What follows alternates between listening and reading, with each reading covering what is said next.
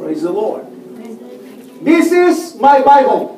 This is my Bible. I am what it says I am. I am what it says I am. I have what it says I have. I have what it says I have. I can do what it says I can do. I can do what it says I can do. Today, Today, I will be taught by the Word of God. I will taught by the Word of God. I boldly confess. I boldly confess. My mind is alert. My mind is alert. My heart is receptive. My heart is receptive. I'm about to receive I'm about to receive the incorruptible, the incorruptible, indestructible, indestructible, ever-living ever-living seed of the Word of God. seed of the Word of I God. will never be the same again. I will never be the same again. Never, never, never. Never, never, never. In Jesus' name. In Jesus' name. Amen. Kamay mo yung katabi, tanungin mo, are you looking for love? Are you looking for love? Praise the Lord. Bago kayo umupo mga kapatid, bago kayo umupo, manatilit. Yakapin mo yung katabi mo, no? Lalaki sa lalaki, babae sa babae. At least 5 person. And share the love of God with them. At least 5. At least 5. At least 5. Share the love of God. Share the love that we have in Christ Jesus. Are you looking for Are you looking for love? In this church, you can find love from our Lord Jesus Christ. Amen. Praise the Lord. Praise the Lord. Hallelujah. Ano nangyari sa payak? Pag sumisiksi daw, nakahanap na daw yan. Okay, let me now take your seats, mga kapatid. Let me now take your seats. Hallelujah. I will be speaking to you on the subject that says, looking for love. Looking for love. Tulungan niyo po ako basahin natin ang teksto sa Biblia, mga kapatid.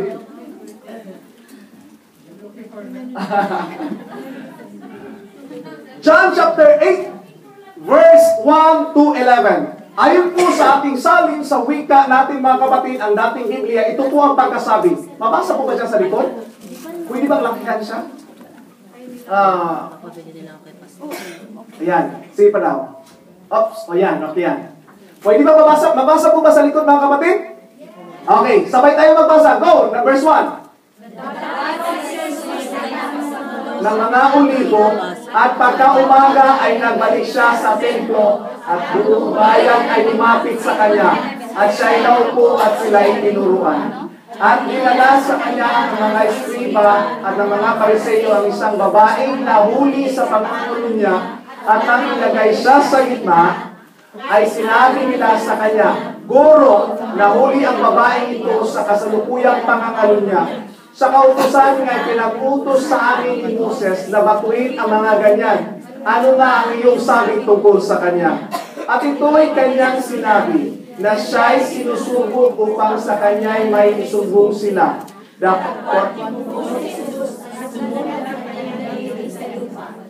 Datapwat ng sila'y mga pagpatuloy sa pagtanong sa kanya, ay umunat siya at sa kanila'y sinabi, ang walang kasalanan sa inyo ay siyang unang bumato sa kanya.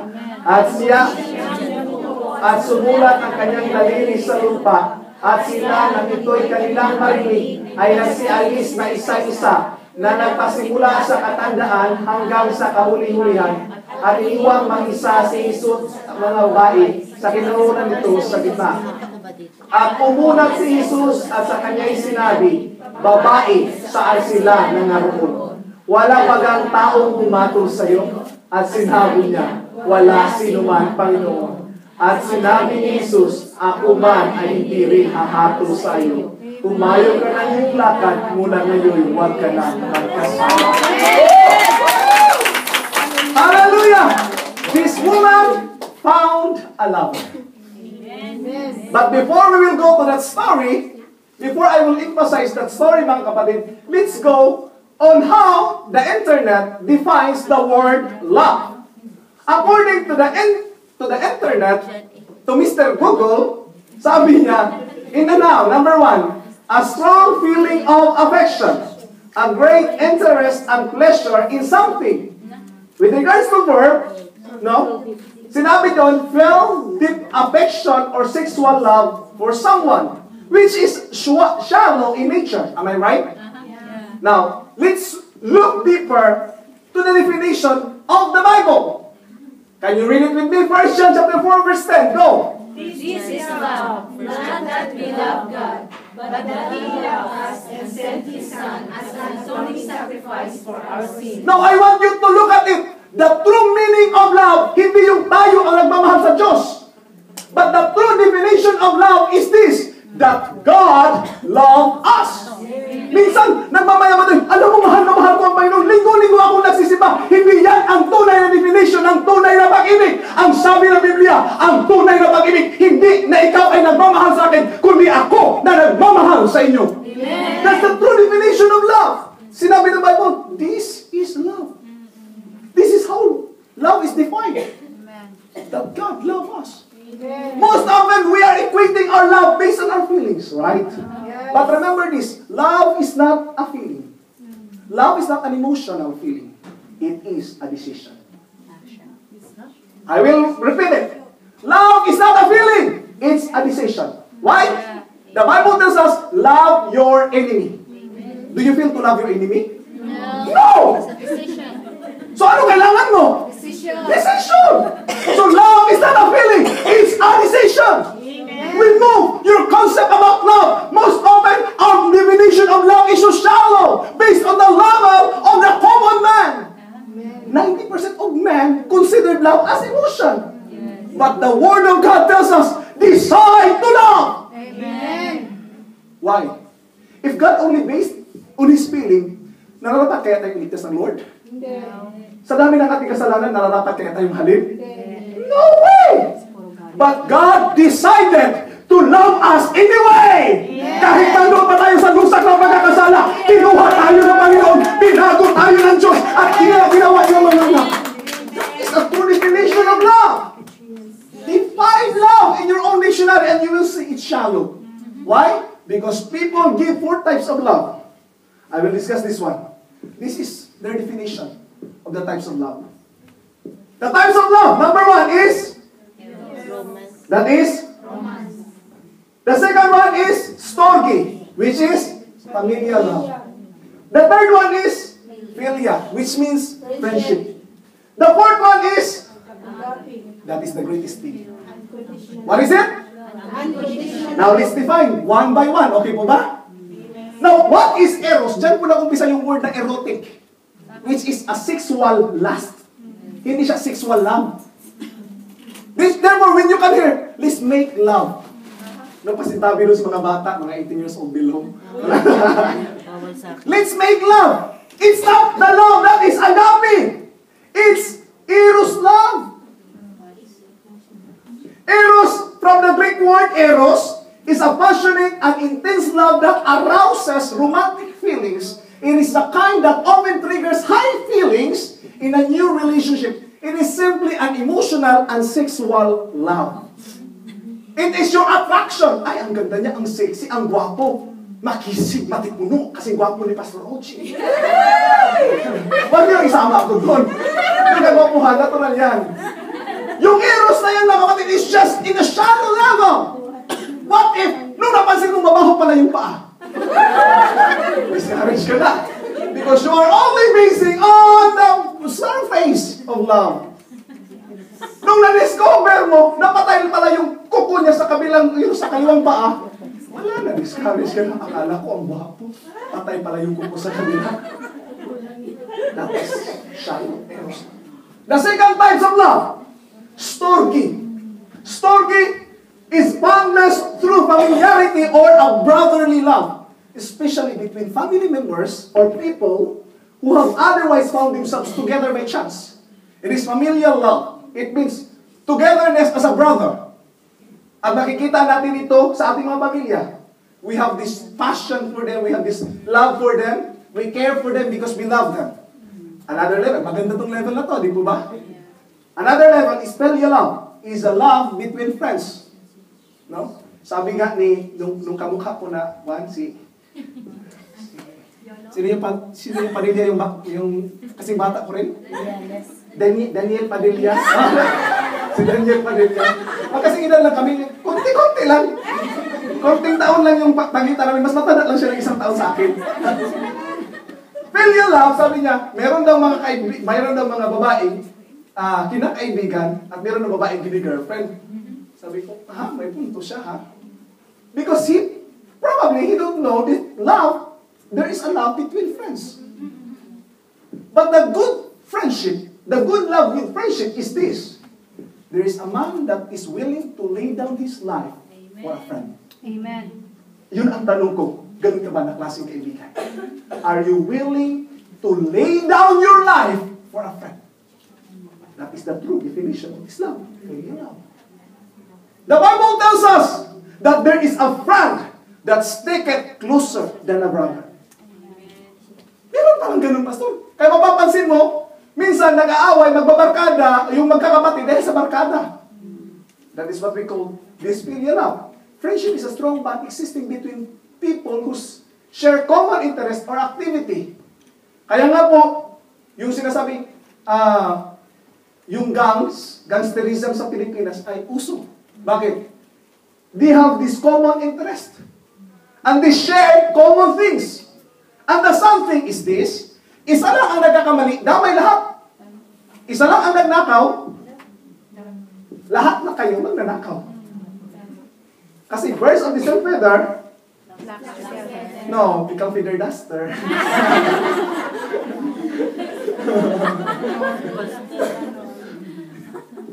Yes, it's true. Therefore, hindi ba sinasabing magwala ka ng kaibigan? What I am trying to say is this. Give your maximum time, not give your maximum potential. But give minimum time to those people, give you minimum potential. Tama ba? When this friendship makes you grow, continue. When it will not give you growth, minimize your time. Set schedule. Why? The moment we spend more time together, we become less productive. No? Bakit? Kailan na naging productive? When you discuss a common goal, an objective, a vision. This is what we call the filial love. The last but not the least that I want to challenge you that we have to develop. It's beyond. Maaaring may asawa ka man, o maaaring single ka, o maaaring sa friendship na relationship. This is the kind of love that we are looking. Unconditional love. It doesn't matter. Agape love. What is that? It's a love that brings that caring regardless of circumstances. Tangok man yung ilong niya, mahal mo pa rin. Di ba? Regardless na mabaho yung paa at mabantot, mahal mo pa rin. It doesn't matter. And the Lord does the same with us. Regardless of who we are, God cares for us. And that brings me to 1 Corinthians chapter 13. Ano sabi ng 1 Corinthians chapter 13? Binasa nila kanina sa ating mga calendar girls. Calendar girls. Ay kung napapansin niyo, January may topic. That's my theme every month. So ibig sabihin, kung makasunod kayo every month, yun po yung theme natin. This month, February, I'm discussing about supply. And next month, I will be discussing attract. Paano ka magiging ka-attract sa tao. Di ba? Kailangan mo maglagay ng, ano tawag dito? Pink blush. Ano yan? Blush on pala. Blush. Pink kasi yung labas kaya pink blush. How the Bible tells us about the definition of, it's not definition actually. This is the characteristic of love. What it is? First is love is patient. What it is? Patient. Another kind. That next is not in vain. Does not boast. Not proud. That's the definition. That's the characteristic of love. It is patient. You haven't seen development with her? Just go ahead. Go along. Just continue to care. Just continue to love despite of that. Another, it does not dishonor others. It is not self-seeking. We are always seeking for approval of other person, right? But love, the true definition or the true characteristic of love is not seeking the approval of anyone, but doing the best that we can to serve the many. Amen. You might be questioning, Pastor, I am a servant and I'm doing service a lot of times. I will tell you that true servant is this. Wherever you are, you have this willing to help other people. Amen. Why? Because the way, according sa Bible, the way to greatness is to serve the many. Zig Ziglar says, if you will help many people get what they want, you can get whatever you want.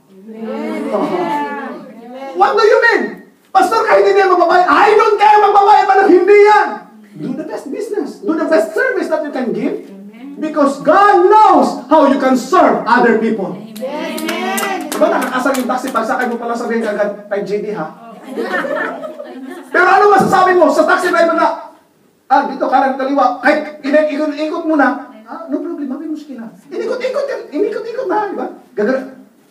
Mama, dito lang, kanan, kaliwa po, kanan, kaliwa, ang layo na narating mo. Sa palagay mo, hindi ka kaya magbibigay ng sobra?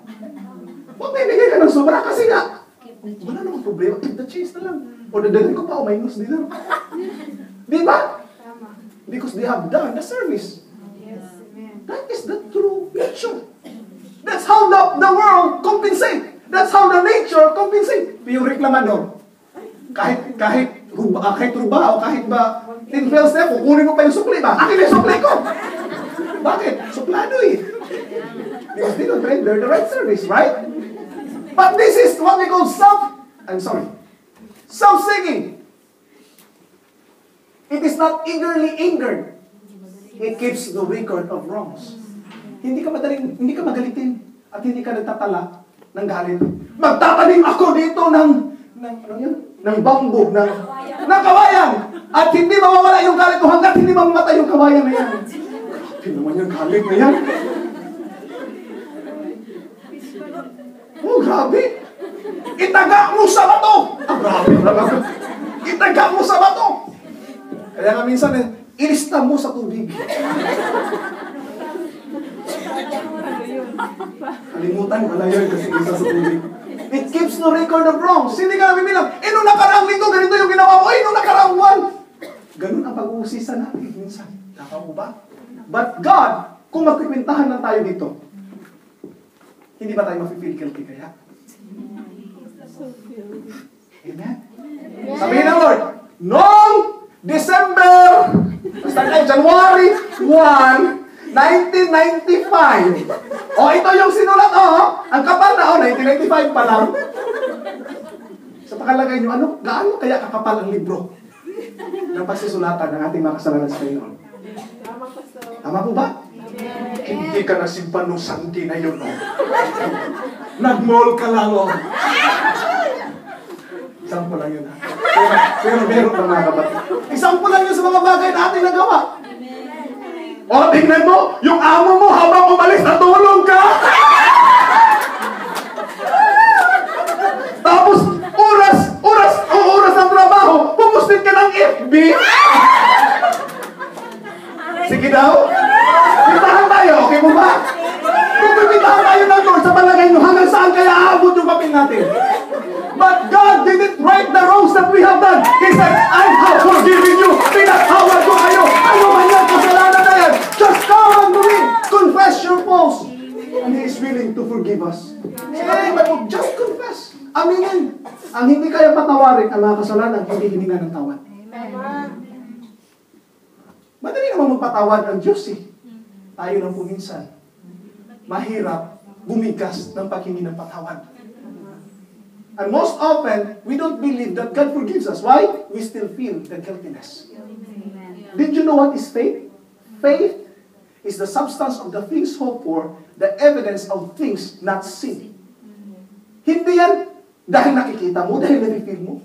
Kahit hindi mo pa nararamdaman na pinagaling ka na ng Lord, sabi mo, Lord, magaling na ako. I am healed. Kahit masakit pa yung likod ko, Lord, it doesn't matter. Kahit feel guilty ba ko, Lord, I believe you have forgiven me. That's the word of God.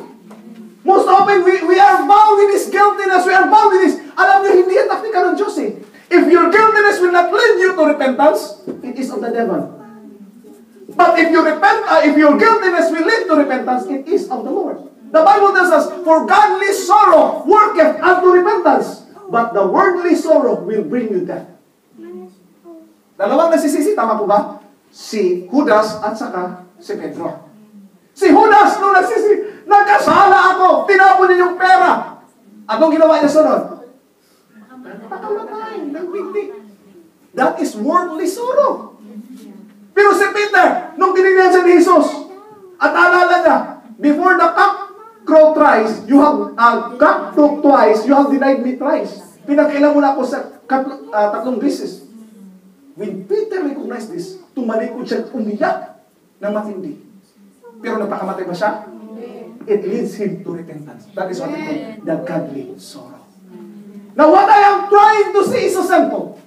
The Bible tells us that the Lord never break anything. Hindi niya naglilista noon na ito yung nagawa mo. But the Lord says, I have forgiven you. When the Lord says, you are forgiven, it is forgiven. Pwede ba natin pasalamatan ang Diyos sa kanyang pagpapatawad? Love does not delight evil. Kung iniisip ng kaibigan mo o iniibig mo ay evil lang, bawat kita ninyo ibang intensyon, ibig sabihin, it's not love, it's lust. Because the true definition of love does not delight in evil. It's always thinking for your own benefits. And our God can give it to you, no matter what. But it rejoices the truth. Bilisan natin. It always protects. Okay, take note. It always. Not sometimes. Always. Always. Yung boyfriend ba, walang tiwala sa'yo, makaalis ka lang ng bahay, wala na. Saan ka ngayon? Sino kasama mo dyan? Sino kasama mo sa taxi? Ganito, ganyan. Mag-ingat ka dyan. Always hopes, always perseveres. Love never fails, but where there are prophecies, they will cease. Where there are tongues, they will be still. There were knowledge, it will pass away. But love never fails, it will prevail. Last point. Now these three abides. Faith, hope, and love. But what is the greatest of them? Love. I don't mean that we don't need faith, we don't need hope. But it simply means that if you have faith strong enough, you have the same amount of love that you have to bestow. You have to give. Sometimes malakas yung pananampalataya natin, but yung love natin sometimes weak. Yung understanding natin is weak. You know what? Most of men have this relationship quarrel because of misunderstanding. Did you know what are the components of understanding? The components of understanding is ARC. Triangle po yan. ARC. What is A? A stands for affinity. R stands for reality. And C stands for communication. Kung walang communication, how will you develop the understanding? Yung isa, kausapin mo. Ayaw talagang kumausap eh. Tulak mo na lang eh. Boss, pag mag-away, sinong unang magsasalita siya maghuhugas ng plato? Yun yung usapan eh. Communication. ARC, affinity means love. But how about pag hindi ko talaga feel na mag-love? Then develop communication. Extend communication, and probably your love and your reality will become. What if, Pastor, hindi ko love at ayaw ko rin makipag-communicate sa kanya? Baka wala kayong bagay na real para sa inyo. Ibig sabihin ng reality, the things that you are common with. Anyway, we will discuss that later. But the Bible tells us, but the greatest of these is love. Now, I will tell you about this story. And I will end my preaching with that. There is a woman that was caught in an act of adultery. Don't follow me with that.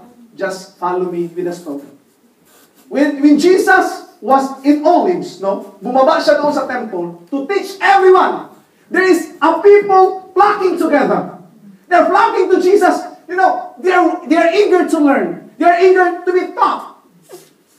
And suddenly, dumating yung mga escriba at saka mga Pariseo. And what they did? Nagbitbit ng babae na may kasalanan. Adulterous act. And in the Old Testament, and even in the New Testament, adultery, ang result niyan is, you will be stoned to death. Oh, Mabangis, no? Bakit ganun, pastor? That is a fair judgment. Why? Unang babato ang witness. Kung may dalawang witness, napapatunayan, tama po ba? Unang babato ang witness, kasunod ang mga tao. Kung namatay ang babae, sino sisisihin? Lahat ng tao. So safe. Walang pwedeng sisihin na isang tao. But this woman was brought to Jesus. Kung si Jesus magsasabing, batuhin ang babae, sino sisisihin? Jesus. Pag sinabi niya, huwag niyong batuhin, siya rin ang sisisihin. Bakit? You are opposed to the law. It's a tough decision. But this woman, I want you to put yourself into the place of this woman. Magdadrama tayo. Sister Lucina. Okay, ikaw yung babae. They are dragging the woman at the feet of Jesus. Okay, ito ka. And they are saying, this is the woman who commit adultery. If you are the woman, what will be your reaction? Manatili ka kayo nakatayo? Yuko ka na kasi alam mong babatuhin ka na. So anong reaction ng babae? Batuhin. Yuko. Tabo ng ulo. Okay. No, salamat Sister Lucina. Simple is that. Palakpakan natin Sister Lucina. Palakpakan din pala natin yung young adult ministry sa kanilang magandang performance. Led by Sister Lucina and Sister Roselyn and the rest na naging katuwang sa gawain ito. At marami sa mga kapatid natin na nag-ibita ng mga bisita. We are so happy with your success. Amen. This woman is now covered with her hands. At sinabi niya, batuhin niyo na ako, batuhin niyo na ako. But did you observe, where is his lover? Saan ba? Yung lover niya. Wala. According to the law, the lover and the woman should be stoned to death. Both of them. Pero saan ang lalaki? Yun ba yung lalaking asahan mo? Ang sakit sa puso niya, hindi yung batong tatama sa kanya, kundi yung lalaking umiwan sa kanya. Where is the love? And he is hoping that those religious people, ang siya sanang makakaunawa sa kanya, siya pang naghila sa kanya. Sa harapan ng maraming tao. Sa kung sino pa yung aasahan mo, siya pa nagdudulot ng sakit sa iyo. At during that time, this woman, having this pain, not only from the dragging of the people, but also emotionally. Siguro habang nakaupo siya sa ganun, wala namang silbi ito eh. Handa naman ako mamatay. Anyway, hindi mo naman ako eh. Sino pa magmamahal sa akin? Lahat ng tao nakatingin na sa akin dito. They know me as an adulterous woman. Sino pa magmamahal sa akin na tapat? That is the pride that sometimes we feel. Sino pa magmamahal sa akin? Na-fail na ako sa unang boyfriend ko, sa pangalawa, sa pangatlo. Amen. Sino pa magmamahal sa akin na tapat?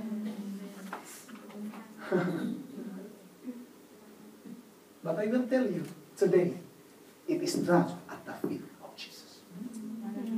Habang nandoon sa taanan ni Jesus, ang babae, siguro sa isip-isip ng babae, sige, batuhin niyo na ako, batuhin niyo na! And they are asking, Jesus, what will we do with this woman? At ang ginawa ni Jesus, umupo siya at nagsulat sa sand. Hindi nagsulat sa tubig, nagsulat sa sand. I don't know ano sinulat ni Jesus Christ. I don't know ano sinabi. Ang mga scholar ay tahimik din. Sinabi nila, baka yung commitment o committed crime na nagawa ng babae, which adultery, yun yung sinulat ni Jesus Christ. I don't know what's the really reason. But Jesus stooped down. At the rest of the people, at sinabi nila, kailan ka ba sasagot, Jesus? Gusto namin ng sagot ngayon din. Anong gagawin namin sa babaeng ito? Ayon sa batas ni Moses, babatuhin siya hanggang mamatay. And this woman's faith is in the hands of Jesus Christ, the just judge. Ang kapalaran niya ay nasa kamay na lang ni Jesus. Pag sinabi ni Jesus, ganito batuhin siya, ano mangyayari? Tuloy ang pagbabato. And this woman understand that Jesus is a righteous man. Pag batuhin na tao, dapat lang batuhin siya kasi yun ang katapatan eh. But the Lord look at her in different perspective. Ang nakita ng Diyos, hindi adulterous woman, kundi ang pinatawad na babae. Ang nakita ng Diyos ay hindi babaeng sira ang buhay, kundi babae na meron pang pag-asa at meron pang marami.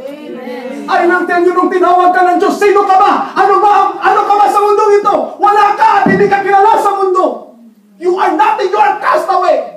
But the Lord look at you in different perspective. Hindi ka tinignan ng Diyos sa marami mong failure, at tinignan tayo ng Diyos sa kakaibang tingin ng Diyos that is from His eyes of love, by His grace, by His mercy. The Lord look at us.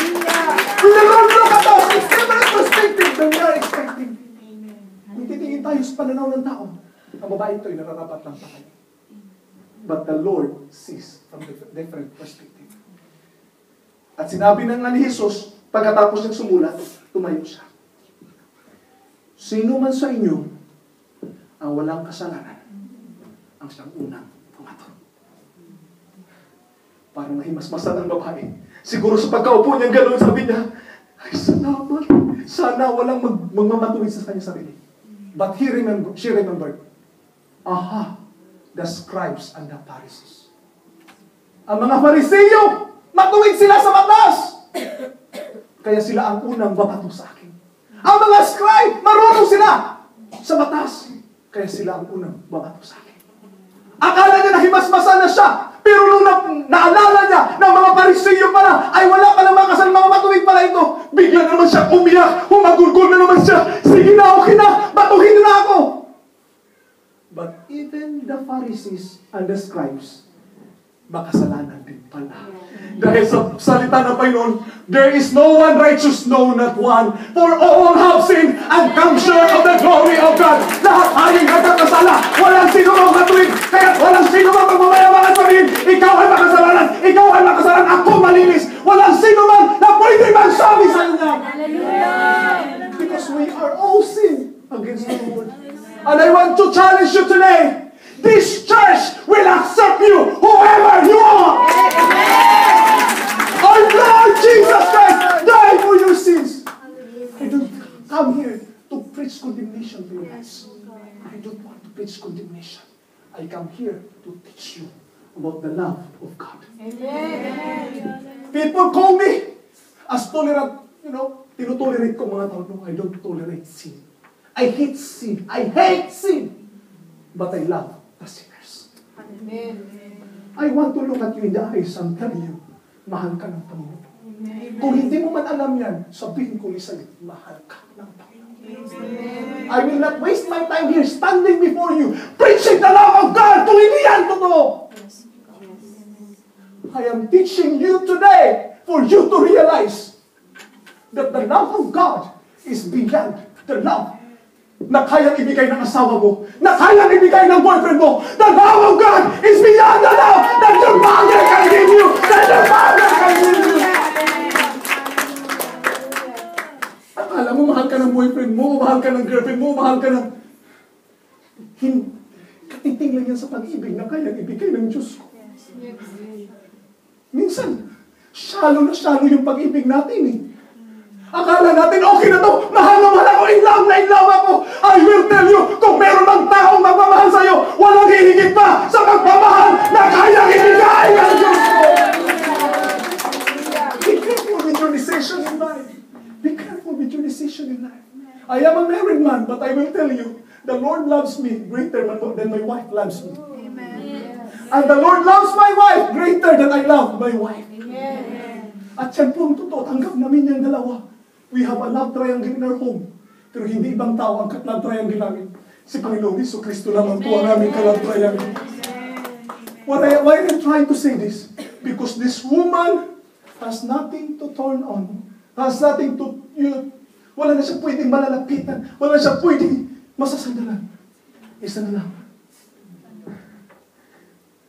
Yung kulay si Jesus Christ. At habang ang mga tao ay nagsialisan, walang ibang matira. And this is what I want to challenge you. Marami bang mga tao magkukundim sa inyo. But I will tell you, my God, look at you in different perspective. Sabihin man sa inyo, pukpuk ka, ganito ka, wala ka. Salamat. Sabihin man sa iyo na, wala kang pakinabang. Sabihin man sa iyo na, waste na yung life mo. I will tell you, huwag kang maniwala sa kanila. Maniwala ka sa sabi ng aking Panginoon. At sabi ng babae, saan na kaya sila pumunta? Bakit sila nagsilayas? At sinabi ni Jesus, babae, where are your accusers? Where are those who condemn you? Sinabi na, Lord, umalis na sila. At sinabi ni Jesus Christ, ito ang pinakamagandang sinabi. Umalis sila. Hindi sila nag-condemn sa iyo. Bakit kita ikaw-condemn? Hindi na kita ikaw-condemn.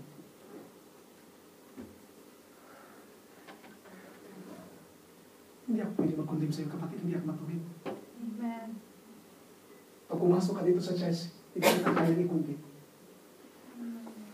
Ang pwedeng gumawa niya ang ating Panginoon. Amen. Pero hindi niya tayo kinunod. He gave us. He came here to give us life. And to give us life abundantly. Shall we stand together? Hallelujah. There is a great scandal that is happening to this woman. Sino pang magmamahal sa akin? Minsan nga, kung makikita niyo yung mga bold stars sa Philippines, di po ba? Minsan hindi mo alam kung seryoso ba yung boyfriend nilang papakasalan sila. At minsan hiwalay pa.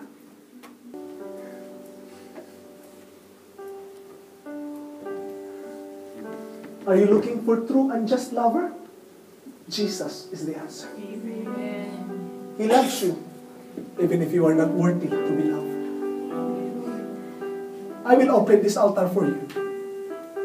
Nararapat ka bang mahalin? Pero bakit nandito pa rin tayo? Because of the love of God. Are you looking for love?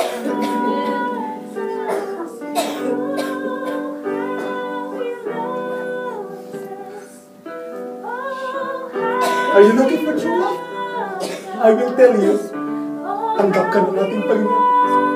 Ang hinahanap lang ng Panginoon ngayon is a heart who is willing to admit and to confess, Lord, nagkasala ako sa iyo, Lord. I want to say, I'm sorry, Lord. Sa tawarin mo ako, I want to come to your presence. Forgive me, Father. Forgive me, Father.